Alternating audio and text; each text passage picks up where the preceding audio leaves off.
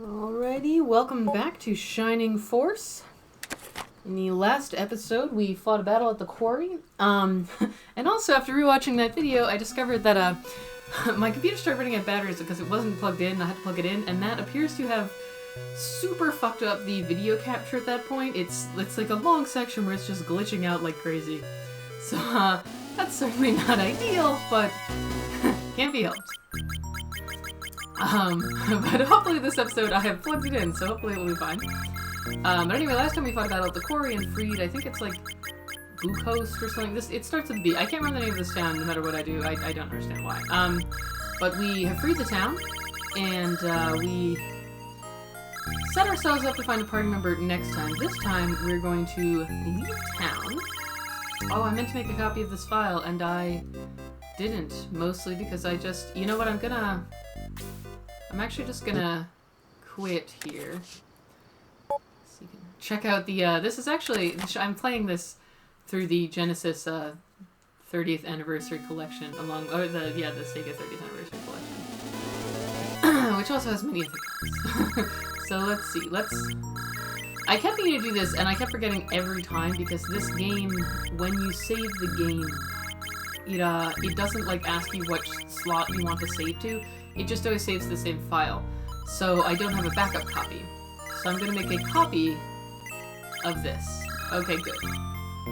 So that way, if the recording fucks up or something doesn't work or whatever, I could go back and re-record this part of the game if I had to. So far I have not been able to do that, so like there's no way for me to go back and re-record the last episode where things got a little weird.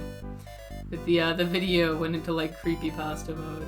I think the exit is higher up, I wanna say. It's like a path out of here. I'm struggling to find my way around this town. It's not that it's that large, it just...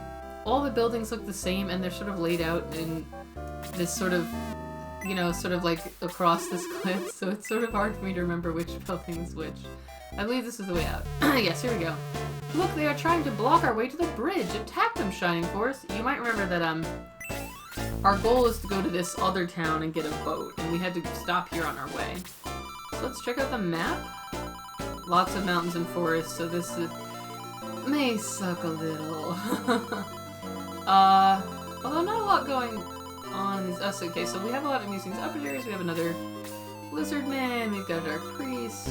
These are new. These are the Pegasus Knights. They're basically the upgraded. In a way, I don't want to say they're the upgraded bats because the bats can status affect you and these guys can't. But they're a flying enemy and they're stronger than the bats and they're really fast. So they'll definitely be a bit of a nuisance. Got more of these dark elves. More skeletons.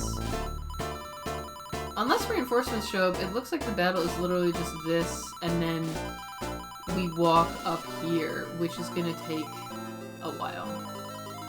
So I'm hoping these guys will walk towards us, because oh my god, is this gonna be... Look how huge this map is so huge, and so little of it is actually gonna be used. I'm not sure what this is either. I guess that's, oh, that's probably the quarry, that we went to. That's my guess, anyway. But this sort of gets back to what I've been saying about this game, which... Oh, here's Xylo, our new party member, by the way. We did some swaps last time. Which, I like this game a lot, and but it's an old game, and... Like, visually, I think this map looks really nice. This is with the graphics upgrade with the Genesis 30, the Genesis collection. So the original map was a little more pixely, but, the trees, the contrast with the mountains, the little foothills around them. I like the shading in the mountains, it all really pops. It has a very, like, textured look. It's very vibrant. We got the river over here. There's plenty of variation, it's not like it's a boring everything, just one big open area and just nothing in it. So it looks great. It's really nicely visually designed, but gameplay-wise, we're gonna use so little of it. Again, you're seeing the power of our flyers here. They can pretty much go wherever the hell they want. Which is so nice on a map like this. This is also, I'm assuming the reason why there's so many forests is because this is the town where you can get Xylo, so it kind of shows off the fact that he can have boosted movement in the forest. It's kind of like, oh, check out your thing the new guy can do. This background looks great also. I like the forest map background. I like it has the color scheme is a little more like cool colors, you know, kind of like blues and grays, which really does make it look like, you know, a mountain forest. It's the art direction of the game is nice, I gotta say. But yeah, the map, it looks great, but we've been doubling a lot lately. But we're gonna use so little of it. The enemies are sort of all clumped up pretty near us. And of course, a lot of it, you know, would be hard for us to even go on. Ooh. Oh, I did not realize he was in range. He might die. Oh, Balborough, you are so excellent. I kind of wanted to get him over by these Pegasus Knights, but they're actually going upwards for some reason. Okay. But yeah, we'll use very little of this map, and the enemies are sort of clustered at the start, and then there's others at the top that we're just going to be walking to, and it's going to take a while. Oh, I gotta pull back on Ken a little. He's getting a little over-leveled compared to the rest of the party.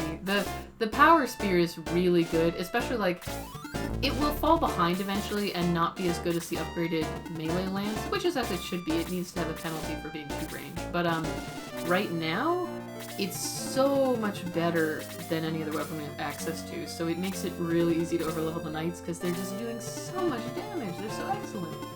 But yeah, look at how much movement he's got in the forest. It's quite nice. So let's see Xylo in action. Sprite. His map sprite, the color scheme is also kind of similar to the backgrounds here, so it really feels like, you know, this is his home. It's like he's from the mountains. His jump attack looks cool also. There's just so many enemies that are all clustered really close to us, and then the others are all the way up there. And like, we'll have no reason to go over here, nothing going on up here. They just could have made the map smaller, but they just didn't. I don't know if that's in part because the maps are also, after the combat, you walk around to get to the next area. It's like sort of a hybrid of a tactics RPG and kind of a standard RPG where you have a world map. So it has to be big so it can be the world map, but even then, it's like, you know, it's not like it's particularly an interesting gameplay challenge to walk from one side of a screen to the other, you know? Like, there's not a lot to that. So why make it so extremely huge? Again, it looks great, so I'm not knocking the design, I like it. But it just isn't very useful. Oh, she got Blaze too, but she didn't get any MP in that level up. MP is important. I think Balborough should be able to take this guy out. Hopefully we can get him some levels and help him out. He's got the strength ring, the power ring rather now. So, excellent. That should help him. He was a little behind everyone else before. Oh, we got some HP too, that's nice. We have not been very lucky with the HP level ups. Our party is a little fragile, with the exception of Ken, and Xylo joins with a good amount of HP, so at least there's that, but the rest of us, Ben's doing well too, but the rest of us are a little squishy. It's funny how the warrior characters, Gort and Ook, like, you kind of expect that they, you know, get a lot of HP and be tanky because they're like your melee bruisers, but they actually don't. They... maybe Gort, but I found Luke generally does not get HP at all, really, which is so strange. Because it, like, makes it hard for him to actually perform his role, because you want him to wade into combat, but he gets killed too easily because of his low HP. That's kind of part of why I just rarely... Oh, very nice, some MP. Oh, and heal level 2 finally, good. Heal level 2 is very good, as we've seen with Chris. But yeah, I just rarely use him in my endgame party, or really for very little at all, in part because of that. Oh, dang, that guy is strong. It's just... there's been a little difficulty spike with the last battle and this battle, just we're seeing kind of a lot of the upgraded versions of enemies. These are the upgrades that snipers we've been running for a while. So until our party levels up a little, you know, we are gonna be taking some heavy hits. Although, the snipers at least, like, they are definitely... I don't really want to have her get the kill because she's already doing pretty well on level. Xylo's level 9, so it's not like he needs the kill, but I want to get him some X just for that. I don't know if I'll keep him for all the way through the end game. We get so many characters, it's tough to pick just a few, but he's cool, so I want to keep him for a while. He's a werewolf! Not every JRPG lets you recruit a werewolf. Oh, the Pegasus Knights are over. Sometimes the enemies just run away and like regroup elsewhere, and then it's like, Now I have to walk all the fucking way up there, which is annoying. Just come closer to me so I can kill you more conveniently. Oh, darn. I don't know whether terrain boosts evasion in this game like it does in Fire Emblem and other and other SRPGs also, you know. Are they... I know they're called tactics RPGs, but sometimes I see them called strategy RPGs. I don't know what is the official... My impression was that, like, tactics are the turn-based ones and the strategy ones are real-time, you know, like... Oh, the name of it's just got out of my head. This one my bro really liked back in the day. I'm blanking on the name, but it's the one where you can play as the Terrans, the Protoss, or the, it starts with, I want to say the Zerg. Yeah, he liked it a lot, and it's real time. Although I guess it's not exactly it's not grid-based, but I guess I'd define that as a strategy RPG. I don't know, it's been many years, and I was not interested in it because it was all sci-fi, and you know, you can't recruit a werewolf in that game, okay? Like, I just would prefer to play a game that is super colorful and where I can recruit all sorts of weird idiots. That's my jam. This lizard man is quite dangerous. He's very tough. Very nice, Hans, but, you know, we have a lot of squishies, but we have to get in there and do some attacks. It takes forever to walk through these forests, and we can't wait around forever. That guy's going off to the left for no real reason. Maybe that guy is like, you know, he's feeling a little annoyed that I said you won't use most of the map, so it's pointless, so he was like, screw you, I'm going up there, now you'll have to go up there. The AI in this game continues to baffle. This forest, and I think basically these tiles, I don't know what to call them, I guess like dense grass or hedge. This is just road and we can walk on it. I think this stuff also restricts movement. Which sucks because levels where the majority of the map is covered in terrain that restricts movement just take a really long time. A really long time, which makes them a little frustrating in my opinion. It doesn't make them more interesting. I don't know whether, similar to Fire Emblem, the trees and other terrain increases evasion or not. Priest did dodge quite a bit, but it also could have just been random luck, you know? I don't know what the, like, percent likelihood of evasion and stuff is. The game doesn't list it, and I'm not willing to go look up the formula and calculate it. That would be a little more effort than I think Shining Force really warrants, frankly. Yeah, I don't know why are the Pegasus Knights just wandering off to the left? There appears to be no particular reason for this. Hopefully we can get Diana level. She's not quite as strong as some of the rest of our party. Only level 6. She's really fragile, though. Excellent, level 7 now. Well, she got speed. That's important, I guess, you know. Silo, he's one of the only ones who has any decent movement here. It really does make you like him more because it's like, he's so useful in the first battle you have him. I think that's a good game design strategy in general. It's like the chapter that you get a new character, or for things that aren't, you know, chapter-based, the part of the game where you recruit them, have stuff that they'll be useful for, because then it's like, oh, it helps you learn how to use the character effectively. You're like, oh, I see what I'm supposed to do with them. And B, it just sort of like helps get you a little more endeared to them. You're like, oh, this guy is really useful. I definitely want to have him in my party. You know, whereas I've definitely played games occasionally where you get a new character and then you immediately run into a bunch of stuff that like resists their special ability or like or whatever, and you're like, why would you do this? It makes the character not fun to use. It's a bad idea. But Xylo is this map has a good game design of making Xylo quite useful right after we get him, so you're like, oh, I understand why I'd want to use him. In Shining Force Sword of Asia, this also happens with the Birdman, who I want to say is named Claude, if I remember right. Because either the chapter you get him or like pretty soon after, it's been many years, so this is a hazy memory, I'm afraid. But you fight a battle in this place where there's a lot of like, I don't know, there's a lot of bottomless pits for some reason. I don't remember what the story reasoning for that was, but it makes him really useful because he can maneuver much more so than the other guys. So you're like, oh, this guy really is useful. I should keep him in the party. So that's great. Whoa, a strong hit.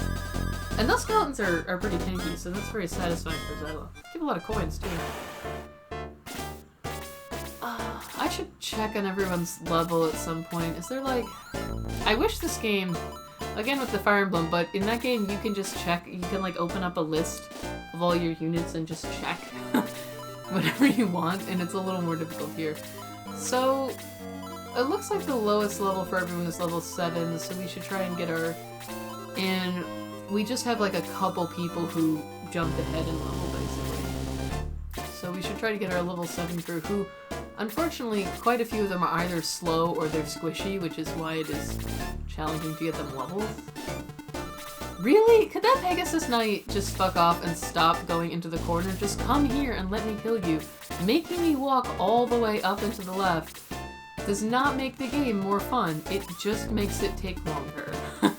It's only annoying, not fun. I don't want to go up there because there's no real... It doesn't add to this experience in any way. Oh, very nice, a deadly attack. The Pegasus Knight sprite also looks pretty cool, you know? Also, side note here, once again, just like with the centaurs, they're not people riding on horses, they are centaurs. These guys are not people riding on Pegasi, they are centaurs with wings. So again, we see that in this game, there's no mounted units. And I actually have absolutely no idea why that is. I don't know if it was just like an aesthetic choice. They were just like, you know, this will be a way to make our game kind of cool and distinct. Or if it was something about like making it, you know, maybe they thought having units on mounts didn't look very good with the style of the sprites, you know. It would possibly run into the problem where, because each sprite has to take up a square of the same space, right? It's a grid-based game. So if you had them sitting on a horse, you'd have to, either their sprite would be a little too large, because you'd have the horse, then you'd have them sitting on it, or you'd make them a little smaller than everyone else, in order to fit them in the same box. So maybe that was the reason, because this way, you basically just have the person's torso on top of the horse instead of having them have to be a little higher. So it may be like an art limitation, basically, like that's just, it looked nicer on screen. I don't know. But it is definitely a really distinctive aspect of this game that there's no mounted units. It also, as I said in the first episode, creates so many questions about like where these guys come from and like where they live, because we only see these Pegasus guys in battle. I don't think we ever recruit one. They're enemy only. And it's like, is there like a land of the Pegasus Knights out there somewhere? Is there... They're just all flying around together? Where did they come from? Same with the centaurs. Why? The centaurs, there doesn't seem to be like centaur land. They just live in human kingdoms? That's nice. We also only ever see like one female centaur, May, the one in our party, so it's like, again, it just raises questions about these centaurs, because it's like, are they reproducing by like cell division? Where are they all coming from? It's exacerbated the fact that there's no like house where a centaur family lives or something, they're just knights in armies. It's very weird.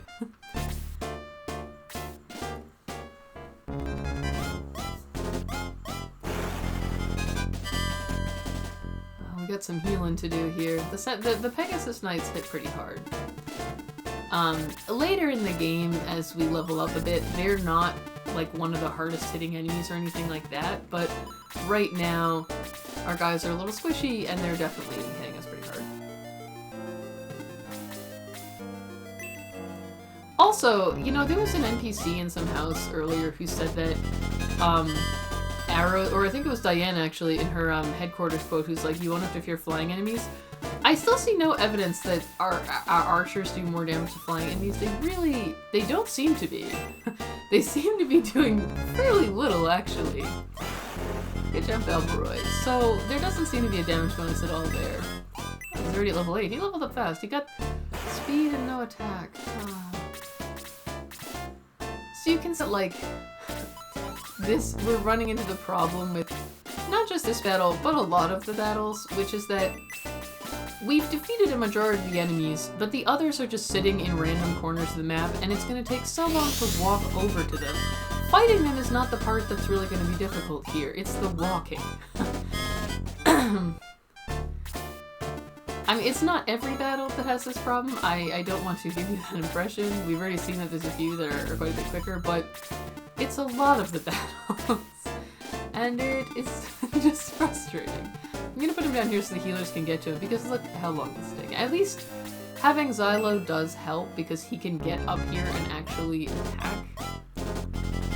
And he's at least very nice.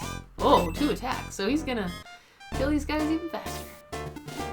And also, like, you know, we really need him here because the rest of our guys are moving like 2 squares a turn, and it is awful. Think how long it would take for us if I could get up there if we did not have Xylo. Hopefully he can survive these hits. He's pretty tanky, but they're strong and fast. Oh, very nice, Xylo. Nice evade. I do wonder if these trees are boosting evade. I'm getting a lot of evasions here. Sorry I'm clearing my throat a lot. I'm kind of congested today. It can't be helped, I'm afraid. One of my coworkers actually, like, came on, like, I suddenly got, like, super ill with a cold today, so I'm hoping I don't have it also, but, you know, it's the reality of offices, right? Whatever they've got, you're probably gonna get to. Oh, this battle's going pretty smoothly, though, which is more than I can say for some of our past battles, where we had to restart because I lost like an idiot, so at least there's that. Xylo, maybe he can finish this guy off? He did get that +2 attack. He could do 10 damage now. Very nice. Xylo, you are so good. Especially in this map. This map makes me love him a lot because, oh my god, my patience would be tested if I had to go up into the left corner and then go back to the right. My patience is already being tested. I love this game, but the pacing of it has some problems. Map looks great though. I also wish that it actually, now that I think of it, I think it does. I was just about to say I wish I had a way to view the whole map, but now that I think of it, I think that's this setting. Yeah, here we go. Wow, it's sort of unreadable though, and that might be because of the pixel smoothing setting I have. This map was probably not, it's small and it's probably not intended to have that happen. But it does at least, I should use this more often now that the maps are getting bigger, because this lets you get like a quick sense of the whole thing. I totally forgot about that option because you don't have reason to just click A on the map screen that much. The other things here are just like change the message speed, quit the game, and battle messages are fine. Speed. Oh, I didn't realize I was not on max speed. I thought I was. That will be good. That'll help us out. Robbery, you could get really banged up though. I think I'm gonna send him over here, and it will also help with he'll be able to maneuver well enough to kind of get around the enemies if we get an awkward, like, bottleneck up there, so Xylo can frankly handle this alone. He's great. And I do like this battle animation a lot. The leap looks really, like, dramatic and cool. It also, I will say, highlights how slow the battle animations actually are. They almost look more sometimes like they're almost moving like they're not, like they're smooth, you can see the wings flipping up and down, but they kind of, sometimes the attack ones look like like individual frames kind of going into each other. I don't know why they did that, because you can see from like the ones with the Pegasus Knight wings flapping that obviously the system is capable of doing smooth animations, but maybe they thought that it would like help you see the details more, so it wouldn't be too fast for you to kind of, you know, kind of see the detailing of the sprites. It does make them look a little more dramatic and give them some impact, I'll say. Oh, level 11, very nice. He got nothing for that level. I'm very sad. Xylo, I appreciate you in this battle, but I do not appreciate that. You need to actually get stat points, otherwise the levels do nothing. Like, you're not meant to get them purely for cosmetic purposes. This is also why sometimes, you know, I like to keep the party about even in level, but it can also be deceptive, because 2 characters can be the same level, but very different in terms of power because of the random level ups, even if they're the same character class. It depends on how much they got, you know? So even when our party is varying in level, they're not always varying in strength. I know it's like, oh, the healer, the Dark Priest is just gonna heal him, but I'm like, I don't necessarily want to put them right next to this lizard man. Oh, Diane, that was so excellent! A double attack with a deadly attack. Ah, the problem I was just talking about is solved, where I was like, oh, the priest might heal him, but I don't want them in melee. Diane, you are great. Ah, I really like having archers in the party. I just like them a lot. Everyone's leveling up quite nicely. We still got a lot of people at level 7, but honestly, this battle is... oh, darn it. Maybe the priests just have high evade, because that other priest dodged a lot too. This battle is not great for trying to grind levels at all. And the reason is because of the slow movement speed. The people in our party right now who we need to level up are slowed down a lot. So they're just gonna have trouble. It would take so long to get them close enough to the battle and actually get them in a position where they could attack. So this battle is not really a good one for trying to level people up. It's just not. We're just gonna wrap it up and move on.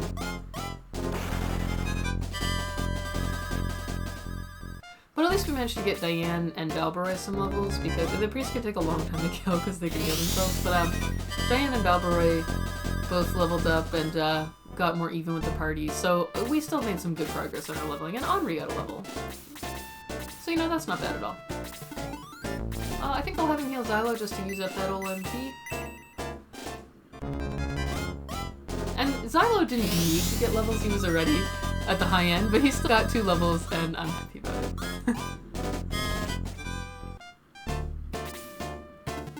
Whole party's doing quite well. Did Ken get a level this time, or was he already 11? I think he might have gotten a level. It's been like 10 minutes and I already forgot. Wasn't paying attention.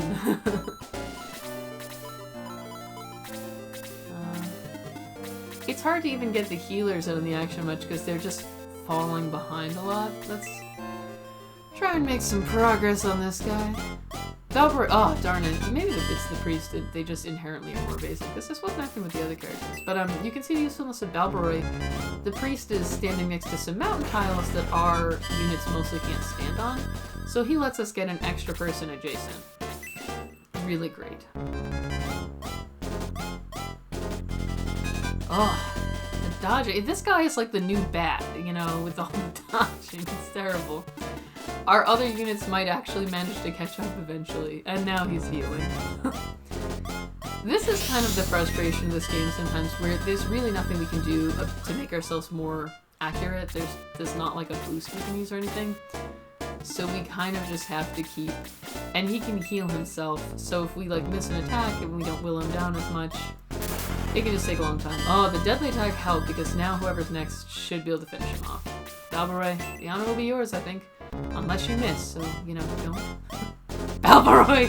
Balborough, you attacked twice and missed twice. Balborough, you disappointed me a lot there. I don't want to give the kill to Xylo because he's already level 11. He does not need it. May, why not? You're only level 9. You can stand to go up a level. Excellent. Oh, that took a while, but it wasn't difficult. It was just time-consuming. Head for the bridge. We need to get across quickly. Luckily, we're already here. We've crossed the bridge. Oh, we went straight into another battle. Is this the laser eye battle? Oh, this is the guy I was saying before. I think we get a centaur at the quarry. This is the guy I was thinking of, but you don't get him there. You get him. I remembered it was a battle where you're on a bunch of cliffs. It just wasn't the quarry battle. It is later. Traitor, you betrayed Lord Cain. I owe no allegiance to you or him, foul fiend that he is. Look how great this guy's portrait is. Look at his chin. It's amazing.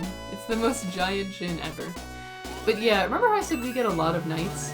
I wasn't kidding, we get a lot of knights. You're only a mercenary, you do what we pay you to do. Here, I return your gold. I should no longer follow your orders, Toad. If you are not with us, then you are against us, and I'm gonna shove you off a cliff. I'll have the pleasure of killing you myself. How come we can't do that to enemies when we're fighting on these cliff maps? It would save us a lot of time. Vile fiend, aye! Haha, thus fall all who dare to oppose the will of Dark Soul. Although, to be fair, I guess the reason we can't do that is because, like, that guy doesn't die. So, everyone knows that if you don't actually go check the body, they're not really dead. So this right here is the laser eye battle. Remember how at the quarry they said they dug up the laser eye? Well, this is the laser eye. This machine here. So basically, it said it had that warm-up sequence going. The attack is only 14, so you might be thinking, oh, it's not that bad. The agility is really high though, so pretty often it basically goes through its countdown. And then when the countdown is at 0, it attacks and hits things that are in line with it. And I think the reason the attack is low is because sometimes you might get in a position where it's very hard to not be in its line of sight because you have to get across this. And it also hits the enemies, so if the attack was super high, it would like kill all the enemies for you and would not make a very interesting battle. But it is definitely a nuisance, and we have to watch out for it as we carefully get across the bridge. Let's use the map command to peek the map. So you can see that this is like a big cliff map, basically. So we are forced to go across that bridge with the laser eye. It's a bottleneck that we have to pass through. And we're gonna wanna destroy the laser eye, and then we'll head downwards to check out this area. And we're gonna go over here because there's a secret item here. So in the last episode, we found the other secret item, which was a bikini for Tao. This is a dress for Henri. I assume it's supposed to be a sexy dress, but because the sprites are so small, again, it's not sexy, it's just weird because it emphasizes how the sprites are just little stick figures. It just looks very strange. Like, I think the reason most of them have fairly bulky costumes is because that makes the sprites look good. If you like remove their like puffy shirts and like, you know, their little tunics and things, and you just have their arms and torso, it becomes obvious that they look like stick figures. So it looks really dumb, but we will get it just to show off the secret. So seeing these waterfalls here, they don't appear to be... I guess that's actually the horizon, not a waterfall. It's like the ocean in the distant background. We're really high up. And we have some new enemies as well. These guys are the updated night enemies. So they have high movement range. They're decently tough and tanky. They're just, you know, they're the upgraded knights, so we gotta watch out for them. I don't think we have any other new enemies. You can see we've got a lot of lizard men, loads of Pegasus. So it will be a tough battle on the bridge, because obviously the Pegasus Knights can surround us no matter what, and as we're crossing the bridge, we have these archers down here to think about. So it will be tough. But we shall persevere. And Valveroy will obviously be quite useful because he lets us have an extra row on the bridge, basically. He can hide under it. This map, like, the last one looks so nice visually, but was so shitty to play on. This one, these two different colors here, the path and standard grass ones, they just look a little oversaturated. This may be the brightness on my TV also, like, they don't look good on TV. They just look too bright, they have no shading. And have everything just against the blue background. It all just is a little flat looking. But, unlike the previous map, this one actually works as a battle map. It doesn't have the movement restrictions. There's some, like, encounter design interest in having to, like, cross the bridge while avoiding the laser eye and stuff. So, the previous map looked great, but was not really fun. This one is the opposite. It doesn't look as good, but I do think the design is interesting from a gameplay standpoint. I wish that more maps would combine the two.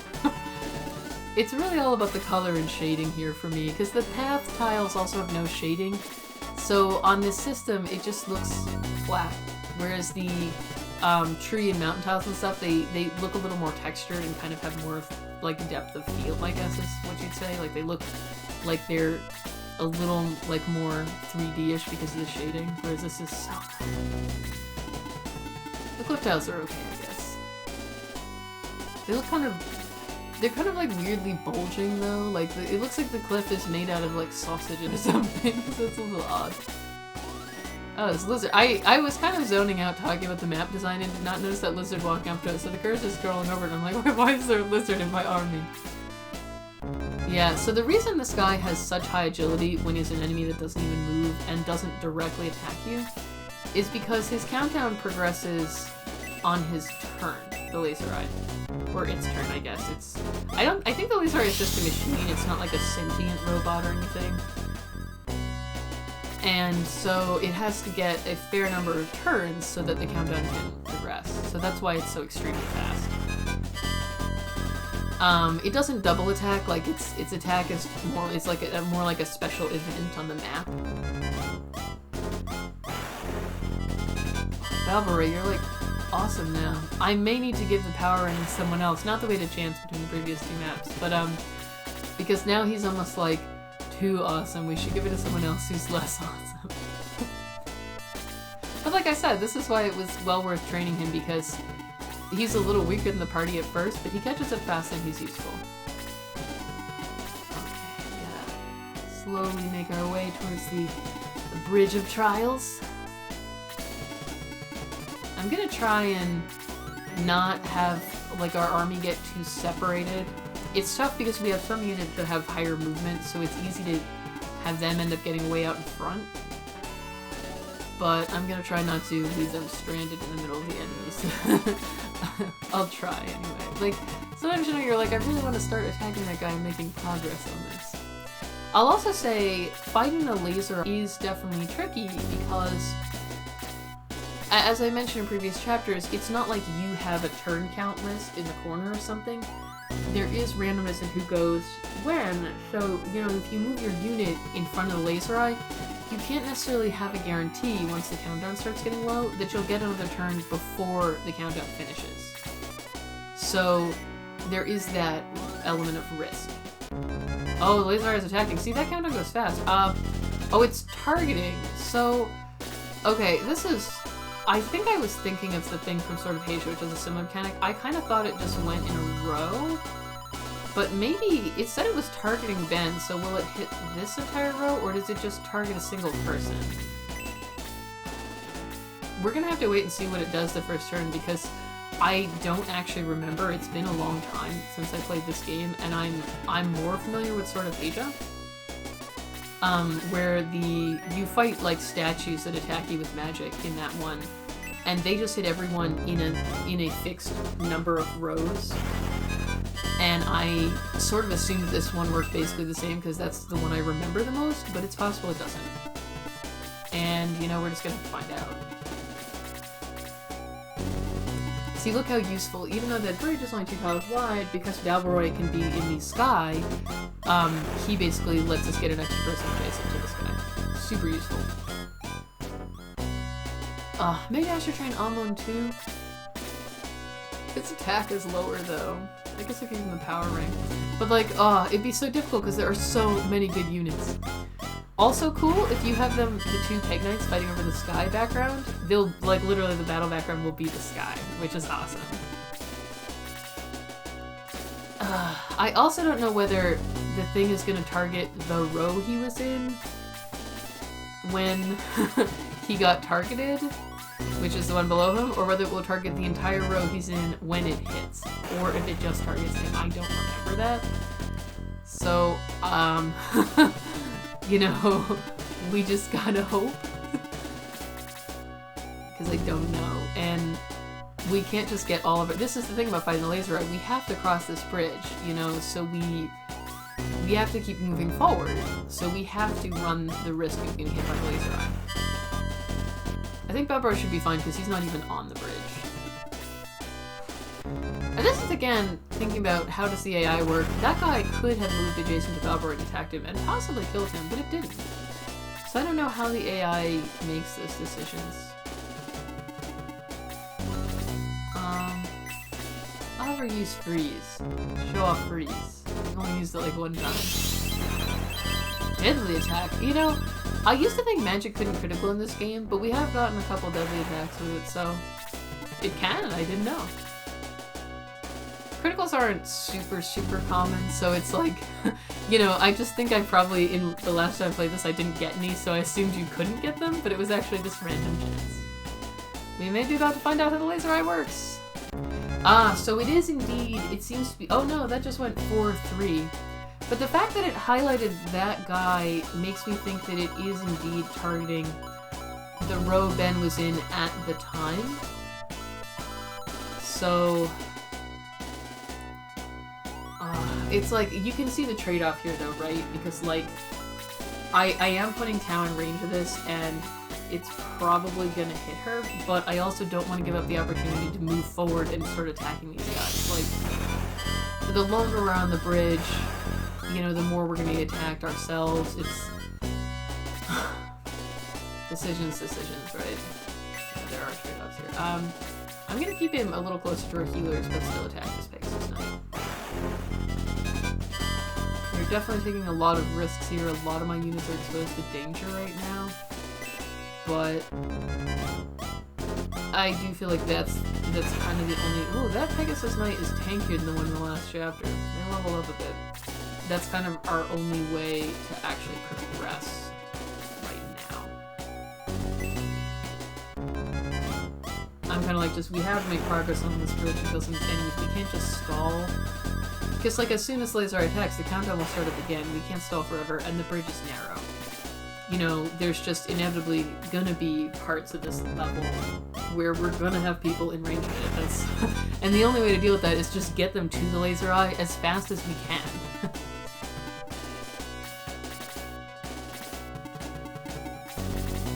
Because and it is because of the 2-tile wide sections. Because when you're in those 2-tile wide sections, you know, one of those rows is going to be the targeted row. You're not going to be able to get necessarily everyone into the safe zone. I'm also going to put Chris in danger because I want to make sure Belberet is sealed up so I can send him off.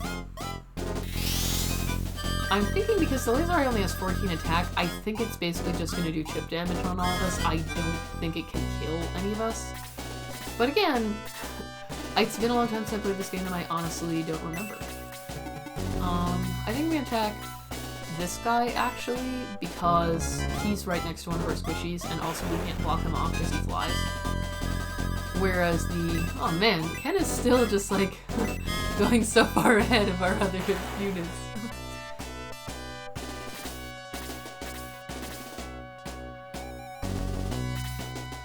But yeah, because the other enemies here are not adjacent to our squishies, and that guy was. So Gord, I think... the priest must just have inherent higher evasion, because he's just standing on a regular tile.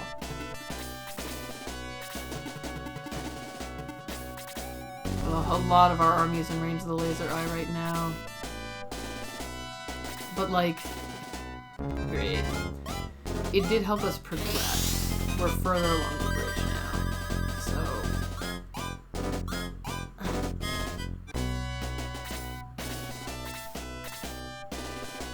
Laser eye time. I don't think this is the end of its countdown. Oh no, 2-1 fire. I thought we'd get 2-1 and then its next turn would be the countdown. Oh no, maybe I'm right. When it said fire, I sort of assumed the jig was up, but maybe that means it's going to fire on its next turn, and that's why it said that. Okay, so we should prioritize just getting as many people out of the way as we can. Oh, right, I'm not quite close enough to those guys. Oh, but this should be fine, yeah. I should be able to take out the Lizard Man and do a good dent in the Priest. And the Dark Priest is not as dangerous as the Lizard Man, so... You can level Tao up again, she fell behind a little. I'm actually gonna move him down here and start chunking away at this Dark Elf. They are definitely a nuisance as- oh nice, he can actually kill them in one hit now, he's so good. They're a nuisance as we cross the bridge because this spot, you know, we want to get people into since the laser is not attacking it. But they can attack that spot, so... she can go here. We're just trying to get as many people as possible out of danger range. It's obviously gonna... Man, the evasion on those guys is crazy, which is really irritating because they also heal, so it just makes them take forever to kill. Because they can heal themselves every time you dodge them. Freeze is a little more powerful than Blaze, and it's only 1 more MP for the level 1, so I figured why not. Very good on me. And now, that should be everyone but Xylo. I'm gonna keep him here just so he's not in range of the sniper.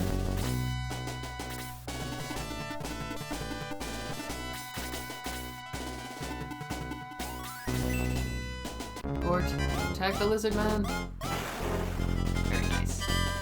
Very nice! Good. Yeah, well, he was one of our level 7s, so that's good. We bumped him up a little. Just progressing along this bridge. This bridge is really long also. And that's... I think I'm gonna prioritize keeping him out of danger, because I don't actually remember how much damage the laser eye does. And he'd be in range of a bunch of other stuff, so... for this turn, better safe than sorry, I think. Yeah, it's laser eye time. I think we've managed... shit. Why is it hitting Henri? Shit, I thought she was out of the danger zone. So is it just attacking the row Ben is in? I thought it was going to attack the row he was in before. So it doesn't work the way I thought it did. It definitely doesn't. And this is showing that it does also defeat it. Oh, actually, no, you know what it is? It doesn't work the way I thought. It attacked both rows. I thought because it said targeting on Ben, it was just going to attack this row. But it definitely attacked both because you can see the lizard man took damage. So it just attacks everyone on either. So this was our little safe zone. If I had realized that, I could have put a few more people up here. But I did not know that. This also shows again the problem with Henri is her low HP. And this is a problem with our party in general. We have a lot of people who have very little HP. We've gotten kind of unlucky with it, so we're pretty fragile. Oh man, but this also makes me feel like, yeah, you basically have to just rush this section of bridge as fast as you can, and also this one, because there's no safe spots except in this little area. This battle is really hard because of this, but I will say, unlike some of the other battles where, in my opinion, there's been things that were difficult basically because of RNG, like the circus one where it's like, hope this guy doesn't kill us, this battle, I think the difficulty to me feels strategic. The constant dodging doesn't, but I just want to kill this guy as fast as possible, and this should do it. I don't think Blaze would quite do it. It feels strategic because you see the countdown, you don't know exactly when its next turn is coming, so there is a little randomness, you can't be totally sure.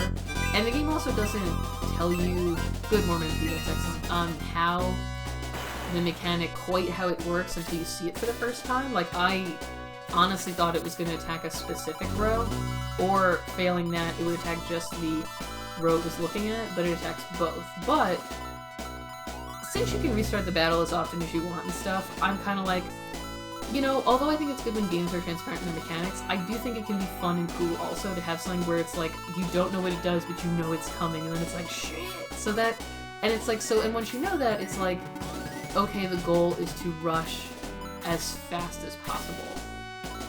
We don't have a heal. I'm gonna keep her here. Just rush as quickly as we can. Who are you healing the most? Oh, I wish we had a multi-target heal. On the one hand, like, obviously if Ben dies, we lose, so he kind of needs the heal the most, but on the other hand, the laser eye's not, we have time before the laser eye attacks me. That's the nice thing too, is the countdown is fairly lengthy. So you have some time to get where you're going. So I think I'm gonna prioritize May right now so she can go out there. I really wish our guys would get more HP in their level ups because it makes stuff like this, and this is not the last time in this game that we'll have any, you know, fights where, is he, I don't think I gave him the medical herb, yeah, well, he's in range of the knight no matter what. I'm hoping he won't die from this. I just basically want to get him close enough to the laser eye to attack it. Because we can destroy, the laser eye has a lot of HP, but we can destroy it. And obviously that's a good idea. Because this long section of bridge here, as you can see, where there's not a hiding spot. But yeah, this to me feels like a more strategic battle because the obstacle is not random. It's not just, there is a little bit in that you don't know when its turn will come up next, but it's not just like, maybe it'll tell you, maybe it won't, there's nothing you can do. It's like, there is this specific thing, this danger, that you have to get there and kill it before it kills you, and there's a couple spots on the bridge where there's some hiding places, and you just have to try and balance the risk of pushing forward and maybe getting caught in the laser eye with, you know, the downside that you can't stall forever. Okay, luckily Xylo is tanky, so he should be okay. And that guy's just wandering off. Weird.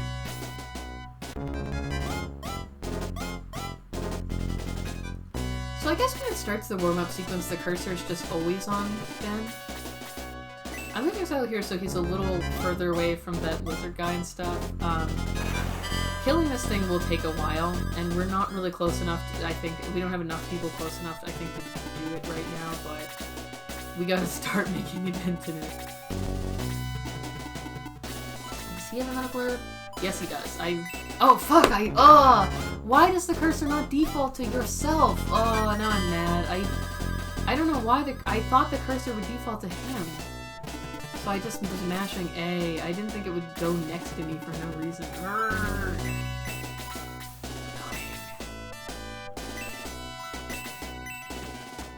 I feel like where cursors default to and stuff is one of those, and also in this game, the way that the cursor proceeds through stuff, like when you're hitting the arrow to keep going, oh, wish she leveled up again. More MP, that's very good. Oh, and she got slow, which is not useful. The healers in general, they have a healing spell, which is useful, and a lot of them get a bunch of shitty status effect stuff. And now this guy's coming back. He could have attacked on this last turn. Makes no sense. Ugh, darn it. I think, I'll blow my nose here, I think for some reason, like, I'm like perpetually congested. I have terrible allergies. And for some reason talking a lot, like for an extended period of time as I'm doing now, like makes my sinuses just open the floodgates. I don't know if it has something to do with like the movement of the jaw like disturbs them or something. I don't I'm not an expert here, friends. I'm prioritizing moving Ken forward because he's really strong. So basically, Valboroy should be able to clean up that one sniper. We gotta get Ken towards the action. We have got to take out the laser eye. Because I don't think we're gonna be able to heal everyone who needs to get healed in time. I'll actually have Diane go down here and clean this up. And this spot should also be a safe spot. This battle is really tough. It's like you have to manage fighting this guy. I'm gonna have him retreat because we won't have anyone else who can get in range to attack that guy, and one more attack could kill him, so we have to be cautious. Maybe I should have had Xylo move over before. We would have been able to attack the guy now, but I was a little cautious. Yeah, I guess the cursor just automatically targets Ben when it's doing the countdown, and occasionally like the nearest enemy. But it actually attacks a fixed range of those two guys.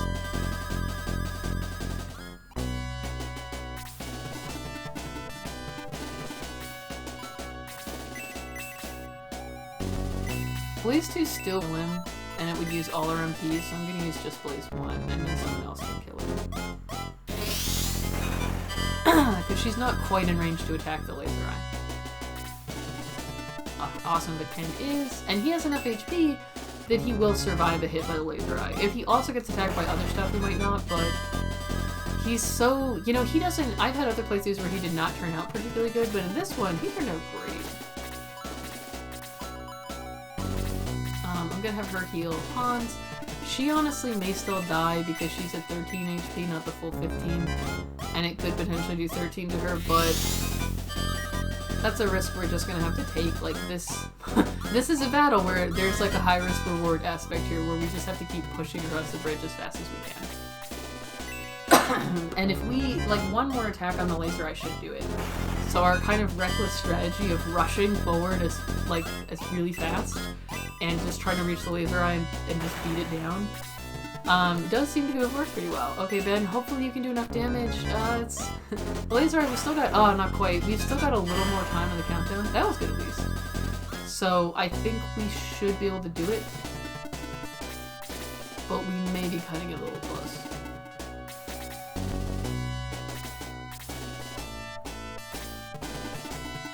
Oh, she can't quite get there. Rush forward. We should be fine now. Good, Gort will be able to do it.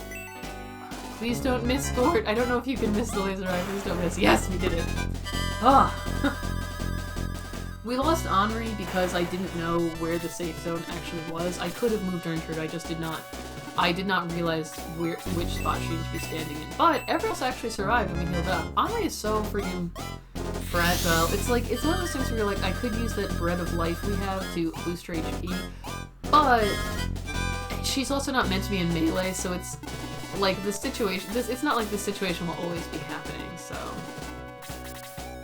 Okay. Oh yeah, I'm gonna make sure we get that secret thing. And then I think the boss of the level may actually be this knight here. Yeah, the silver knight. Oh, that battle. See, that's why this fight also, I thought the pacing was pretty good, because it's like, well, you're trying to cross the bridge, you have to like basically rush across really fast.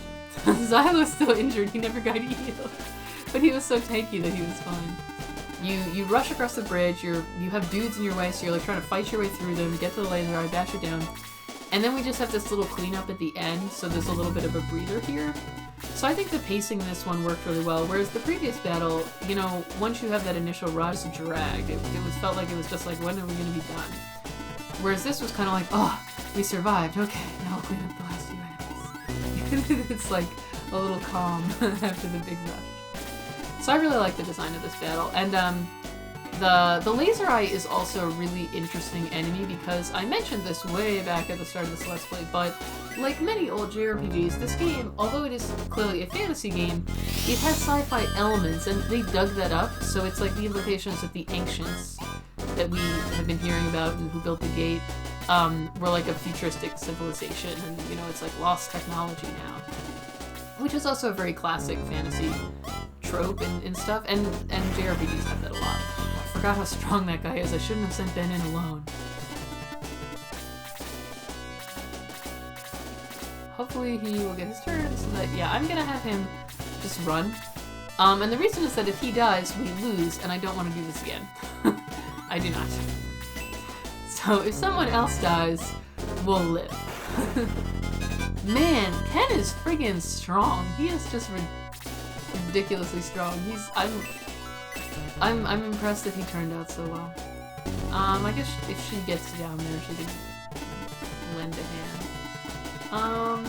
He can actually, he's got good movement range, and he'll survive at least one hit, so let's start attacking. Yeah, honestly, now I'm like, oh, I should have just had Ben attack, because now we could have killed him, but there was the uncertainty factor is the thing. Like, what if the Dark Knight had gotten on a turn or Ben had missed, right? Whoa, that was quite an amazing attack, deadly attack. Alright. Generally, we'll stop you in POW. How did this guy is a centaur, how did he climb up a cliff? Horses cannot climb a cliff. Phew, I thought it was a goner, but I caught a branch and just hung on. A great battle. I don't know who you are, but I want to tag along. Pele joins the Shining Force. I remember this guy's name started with P, but I couldn't remember it. Good job getting to that laser eye. Hurry on to POW. Evil is afoot. Oh, please tell me that we don't... Darn it. I thought we'd be able to walk around the battlefield afterwards like usual, but I forgot it was the end of the chapter. Well, it seems that we are not going to get Henri's dress. But friends, you're not really missing anything. It's a thing. It's literally just a little green, like, knee-length dress with a belt. It only appears on her map sprite. You can just look it up online. It's really weird and pointless. Well, that's fine.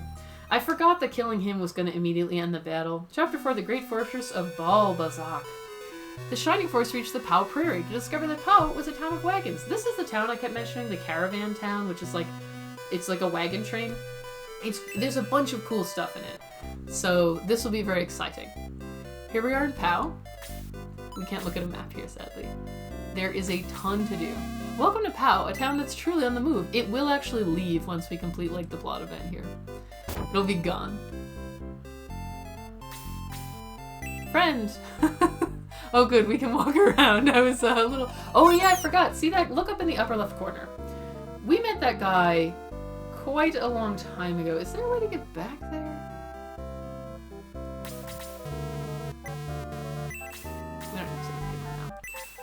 That's Jogurt, and we met him ages ago, and now we should be able to recruit him. Do we have to actually get to him, or... There doesn't seem to be a way up there. Or maybe there's a hidden door? Does he just auto-recruit? We have to see that cutscene but I don't actually know what we do after that. I want to check, but I am concerned that switching windows will fuck with my capture. Well, I'll take the risk. This episode's probably gonna run long, FYI.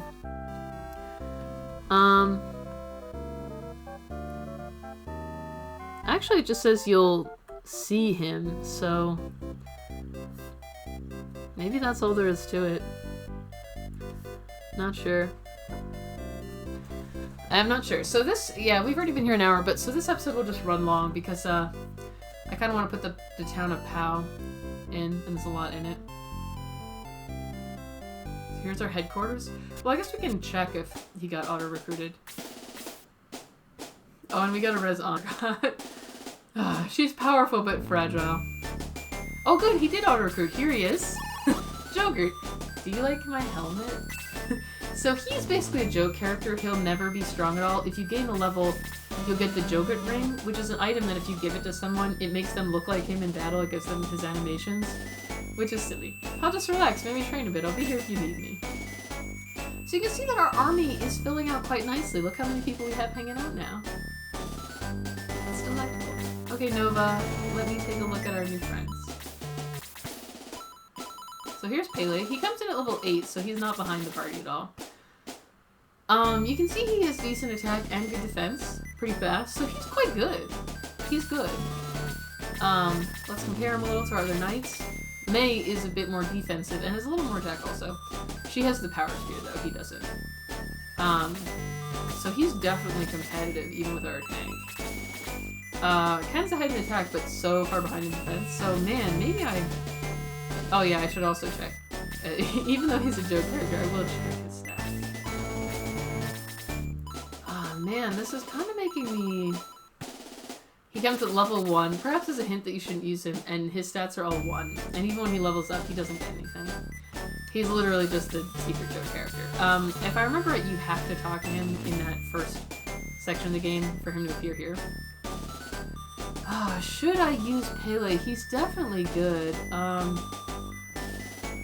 Is it time to replace Lo and have only one healer? I don't want to replace... I like both of my other knights. I love both the archers. Love my bird. Love my werewolf. Love my mages. I do want one healer. And Gorb has been doing pretty well, honestly, but he's definitely a candidate to be removed because he's also just like a melee dude, except the knights will get 2 range and they can move farther. Oh, I've taken him so far. Well, that's something to think about a bit later. For now, let's continue exploring this town. It's a pen full of sheep. Nothing is unusual. Pow! Oh, it's so cute that instead of ba, they say pow! I love it. I'm worried about the train driver. He those engines too much. I'd be worried too, friend. We'll move again soon. We're going to Uraanbaatar. That's where we're going, because they have boats. We don't know anything else about it other than that it has boats, though. So that was the first of the secret stuff in this town. There's other stuff, too. Have you heard about General Elliot?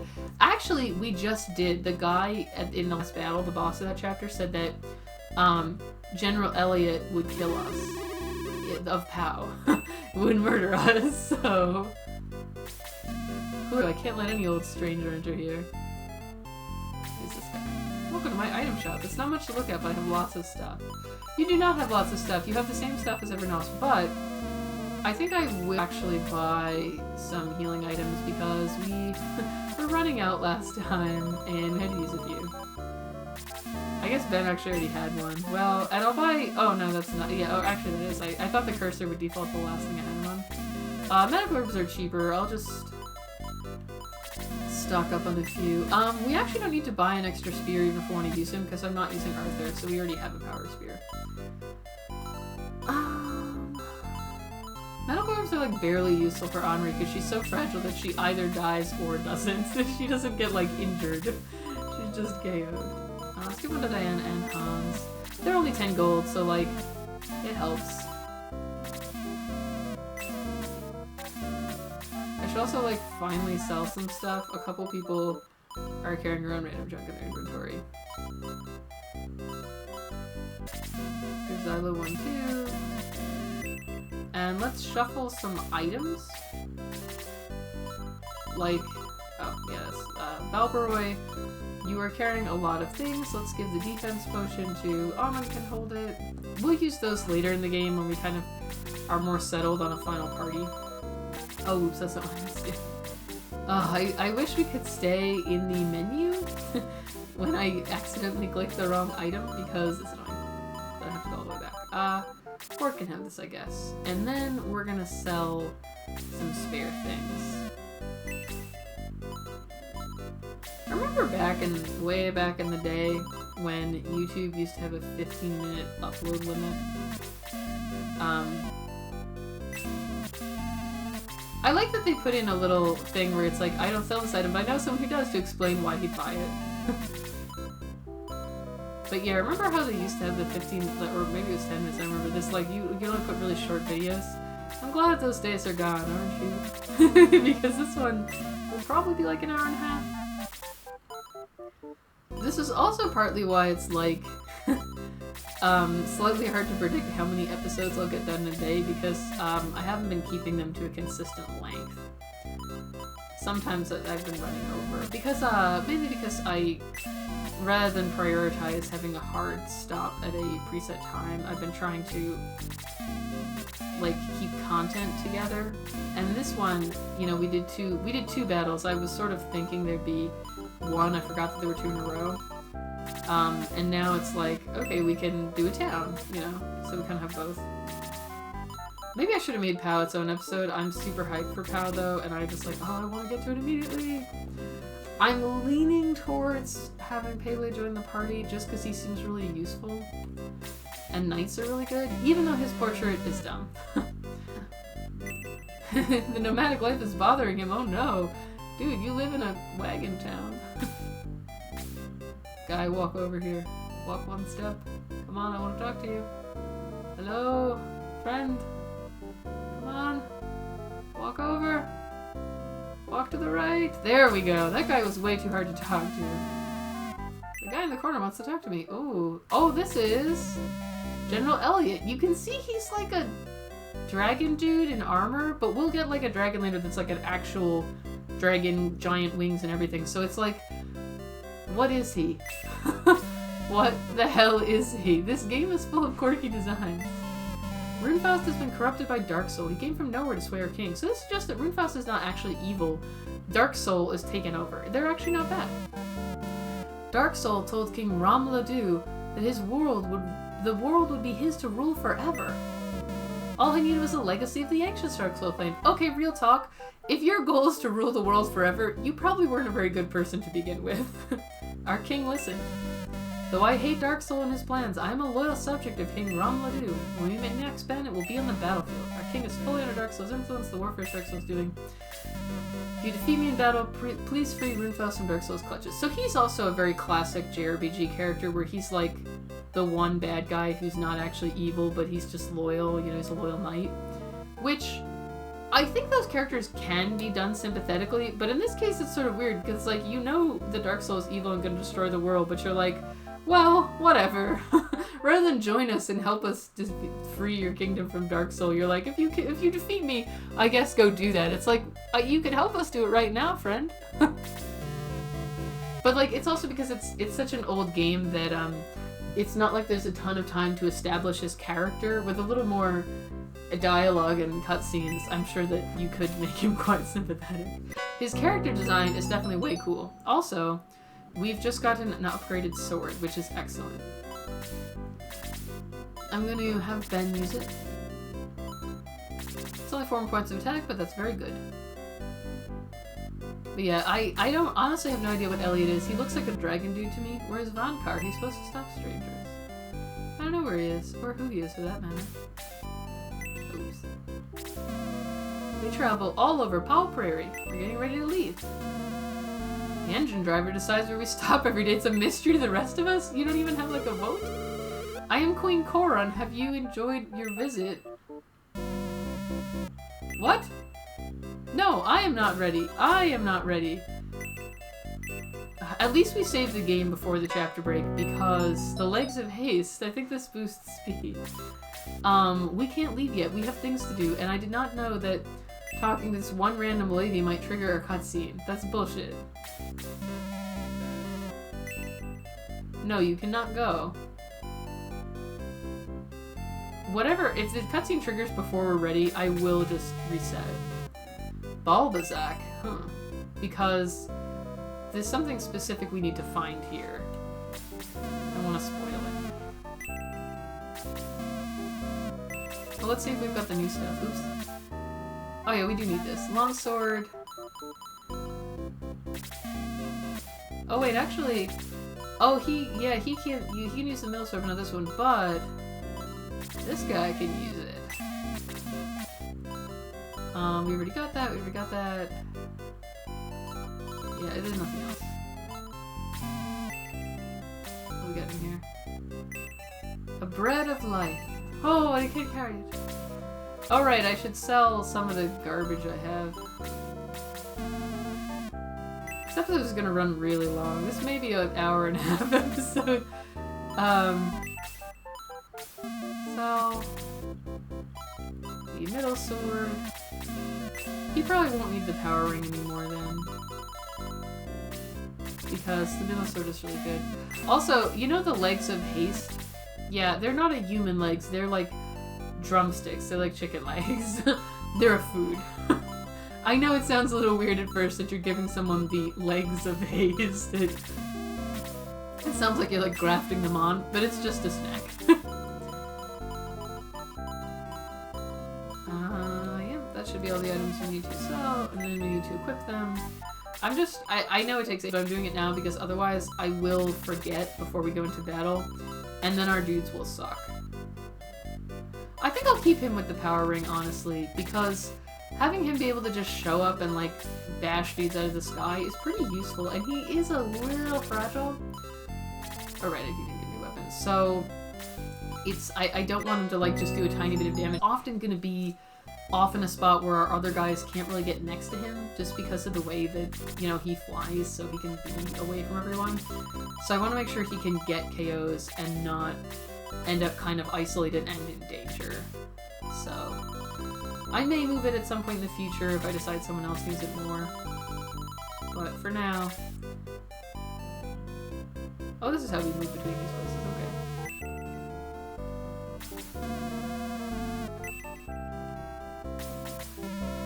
I am Ernest. Balbazak destroyed my town. I want revenge. I think he joins later. But yeah, like I said, a lot of nights. So many nights. Nights upon nights upon nights. Which is also pretty true in Fire Emblem, actually. They're like one of the most common character classes. Don't ask me why. I mean, they're certainly useful, so like, not complaining, but it is like, I wonder why they are the most common. Where's the thing I am looking for?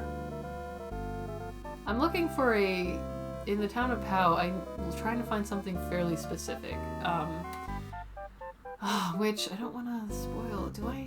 I may have to like look up a map or something. Is it? No, that's where the headquarters is. I know it's boring to watch me wander around being lost, but I want to actually find this. Because it's really cool. Don't get hyped, guys. Get hyped. For when I eventually work out where I'm going. Okay, I give up. I'm gonna look it up.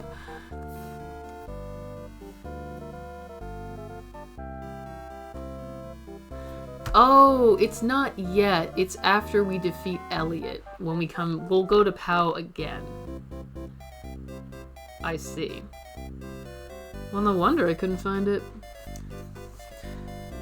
Okay, so it's not in the Pau of right now. It will be in the Pau of the future. But remember that egg we got? The person who can hatch it is in this town, but they're not here yet. And neither is Guns. So in that case, I think we have actually done everything. As far as I can tell. And I made the copy of the save file, so if I'm wrong... Oh good, okay, they ask you first. Okay. I was a little worried when I first talked to her that this might, like, instantly trigger the cutscene. But yeah, remember this guy? We talked to him in the, Bustoke, the cliff town, And he flew off and his wings broke and he crashed. And now he's gonna join us. So he's another optional character, and you have to talk to him in Bestoke and get him to go outside in order to recruit him here. Whoa, won't stop! He's very useful, but I'm joining up, youngster. I figured you need some experience on this team. Yay, Kokichi has joined! Now, but I think you're starting to really see at this point the challenge of picking party members, because we get a big army to choose from, and they're pretty cool. Oh, this guy also, like when I said we get a lot of knights. Hey, are you Ben? My name is Vankar. Did you hear about me in POW? I did. You were supposed to keep visitors out, but based on your nose, you may be hammered. Good, good. I was pretty famous there, but now I'm looking for adventure. Heard about you in POW. I'm joining up. So yes, we are just going to be swimming in knights by the end of this. Which is why, like I said, like, you don't necessarily feel that motivated to train Arthur because he doesn't really stand out among all the knights. And you get so many, so it's not like you don't have plenty to choose from. Oh, oops. I meant to, okay, we're gonna go back and save the game rather than fight another battle here. This is Elliot, so after we defeat him, we'll eventually get back to POW.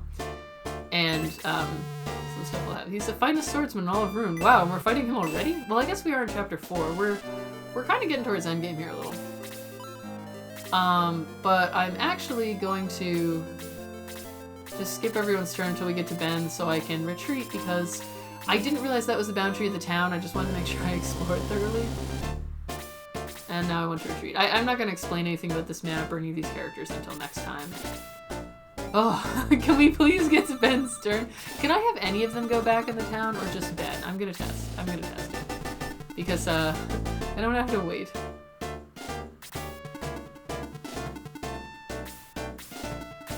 Apparently no, it has to be Ben. Oh. Okay, well, we're going to be sitting here until it is Ben's turn. It should come up pretty soon. There we go. You really want to retreat from this battle? Yes, I didn't mean... I wish there'd be a little thing when I hit the edge of town being like, do you want to leave the town? Because I did not mean to. And we have to res Henri also. And then check out our new party member, and then we'll break this ultra long episode. This was a long up. You can see that he's moved forward. I think the reason he's standing back at first is to encourage you to try to figure out how to get around the table to him so that you'll get Joker. Because for a lot of the game, you know how the pod is positioned there? Often you can't actually walk. It looks like you should be able to walk along the wall under that, but you can't a lot of the time. And you can in that instance to get to the secret, so that's just the game kind of being set up in a way that helps, that sort of naturally leads you towards testing for it. It kind of helps you out, which is good game design. Very nice. Unlike the two secret chests, which are in areas you would never think of. But to be fair, they're both really weird. So let's check out all our new friends. So we got Vankar. You can see that he's not nearly as good as Pele. His attack, he only has the Bronze Lance, so obviously with the Power Lance he'd be better, but his defense is just okay, his attack's just okay, his agility's just okay.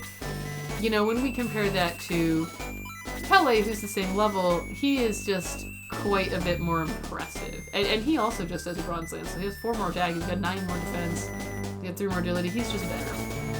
So it's like, why would we use Vankar unless you just want to use every knight for no reason? Arthur had the same problem where it's just like, oh, there's no reason to use him. And here's Kokichi, the Wing Knight. I think that's what that stands for, Wing Knight. It's sometimes the class names, since they only have 4 letters, it's sort of hard to tell. It was probably easier in the original Japanese because, you know, in English, each letter doesn't convey as much information as in Japanese. Each character is a syllable. Or maybe it was in kanji, in which case it could have been like all the words you wanted. Whereas in English you have 4 letters, which makes it tough to convey what they are. He's level 7, he only has the Bronze Lance, so like, he doesn't look very impressive right now, but he gets good. And the thing is, he flies. His movement's not quite as good as the bird people, it's only 6, but that makes him quite useful. So, this is getting so tough. Like, we have 11 characters we can choose out of such a big army. It is so hard. I definitely want to keep both mages because I love the mages. Maybe we only need 1 healer. And I like Chris better. I want to keep both archers because I really like the archers. Gotta keep my Birdman. Gotta keep my Werewolf. I like both of these knights a lot. Like May, I just like her a lot. I think her character is cool. It's like, she's one of the few characters who has some sort of backstory. Like, she's the daughter of the guy we knew at the beginning and wants revenge. Like, she has some sort of... Whereas, like, a lot of them are just like, hi, I'm some person. Like, they have nothing. And Ken's stats have just turned out so well that I'm like, we cannot drop him. Gort may have to go. Oh, but should I replace him with Pele or Kokichi? Kokichi is definitely really cool and unique. But Pele seems quite strong and useful. But knights are at a disadvantage on battles with a lot of mountains, whereas Kokichi would be good in any battle. And I'm definitely also going to have room for Domingo when we get him. Oh, and like Lo and Gort are the only two I'm willing to replace right now, so I'm like, one of those is the Domingo slot. Oh, I'm really debating. I'm like, oh man. This is very difficult. So here is Kokichi. Exciting times we live in, eh? Not that I'm seeing much of them, of course. And this is this guy who, sorry friend, but I didn't even for a moment consider adding you to the party. You were not on the list. He seems like he'd definitely be useful, but I'd honestly be adding him solely for his combat utility. I actually... Oh, I dropped the controller there. Sorry about that. Oh, I managed to knock it apart as well. There we go. Okay, we're back. I would be adding him solely for combat utility. I don't like care. He doesn't really have that much going on. He has a little backstory. He was a mercenary working for Runefaust, but he was like, what you're doing is evil, I'm gonna leave. So he has more than some of our cast. But like... his design is kind of bland. There's not a lot to him. We have a lot of knights. So he'd be like totally, if he wasn't, his stats weren't good, I probably would not even consider it. Whereas this guy is like, his design is so weird. And he's kind of fun. But I do like Gort a lot. Like, dwarf dude, he's kind of cool, you know? This like random old dwarf that just like showed up and hopefully just like joined us.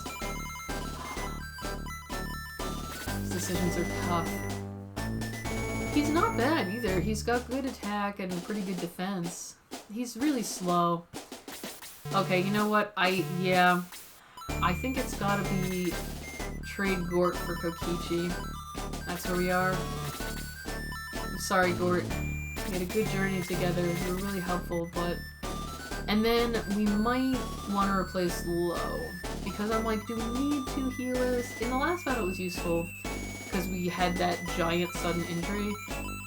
And we've traveled... Oh, I have this problem in Pokemon too, where like, the longer I've spent using a character, the more I kind of get attached to them, because you just have them so long, you're like, oh, we've been through so much together. We've been through so many battles with Lo.